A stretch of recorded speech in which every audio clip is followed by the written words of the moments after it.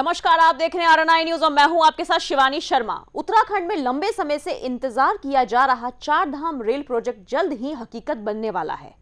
Rail मंत्री अश्विनी वैष्णव ने संसद में इसकी जानकारी दी। संसद के बजट सत्र के दौरान लोकसभा में रेल मंत्री अश्विनी वैष्णव ने कहा कि ऋषिकेश कर्णप्रयाग रेल लाइन को मंजूरी मिल गई है। इसके अलावा बाकी धामों गंगोत्री, यमुनोत्री, केदारनाथ और बद्रीनाथ तक रेल कनेक्टिविटी बढ़ाने के लिए सर्वे का काम पूरा हो गया है।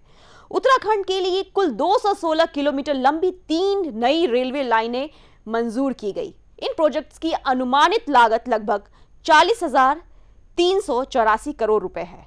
देखिए ये खास रिपोर्ट। ऋषिकेश कर्णप्रयाग लाइन में से 16 किलोमीटर का सेक्शन पहले ही चालू हो चुका है। इस प्रोजेक्ट पर मार्च 2025 तक 19,898 करोड़ रुपए खर्च किए जा चुके हैं। रेल मंत्री ने कहा कि 125 किलोमीटर की ऋषिकेश कर्णप्रयाग रेल लाइन चार धाम कनेक्टिविटी पहल की नींव का काम करती है। यह रेलवे रूट देहरादून, टिहरी गढ़वाल, पौड़ी गढ़वाल, रुद्रप्रयाग और चमोली जिलों से होकर गुजरेगा।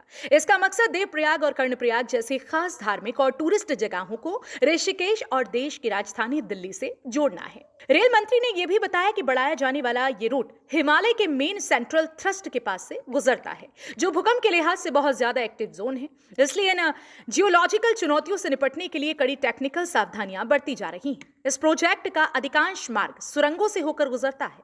इस परियोजना में 104 किलोमीटर लंबाई की 16 मुख्य सुरंगों और लगभग 98 किलोमीटर लंबाई की 12 एस्केप इमरजेंसी इस्तेमाल में लाई जा सकने वाली सुरंगों का निर्माण शामिल है।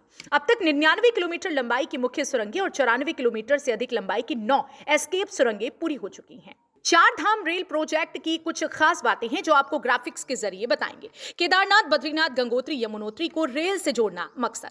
उत्तराखंड के पहाड़ी इलाकों में कनेक्टिविटी बेहतर होगी। रेल प्रोजेक्ट में कई टनल, पुल और पहाड़ी ट्रैक शामिल। श्रद्धालुओं के लिए चार धाम की यात्रा बेहद आसान, सुरक्षित और किफायती हो जाएगी। यात्रा खराब मौसम और लैंडस्लाइड के दौरान यात्रा का रिस्क कम होगा। बुजुर्ग और दिव्यांग तीर्थ यात्रियों के लिए यात्रा आरामजनक।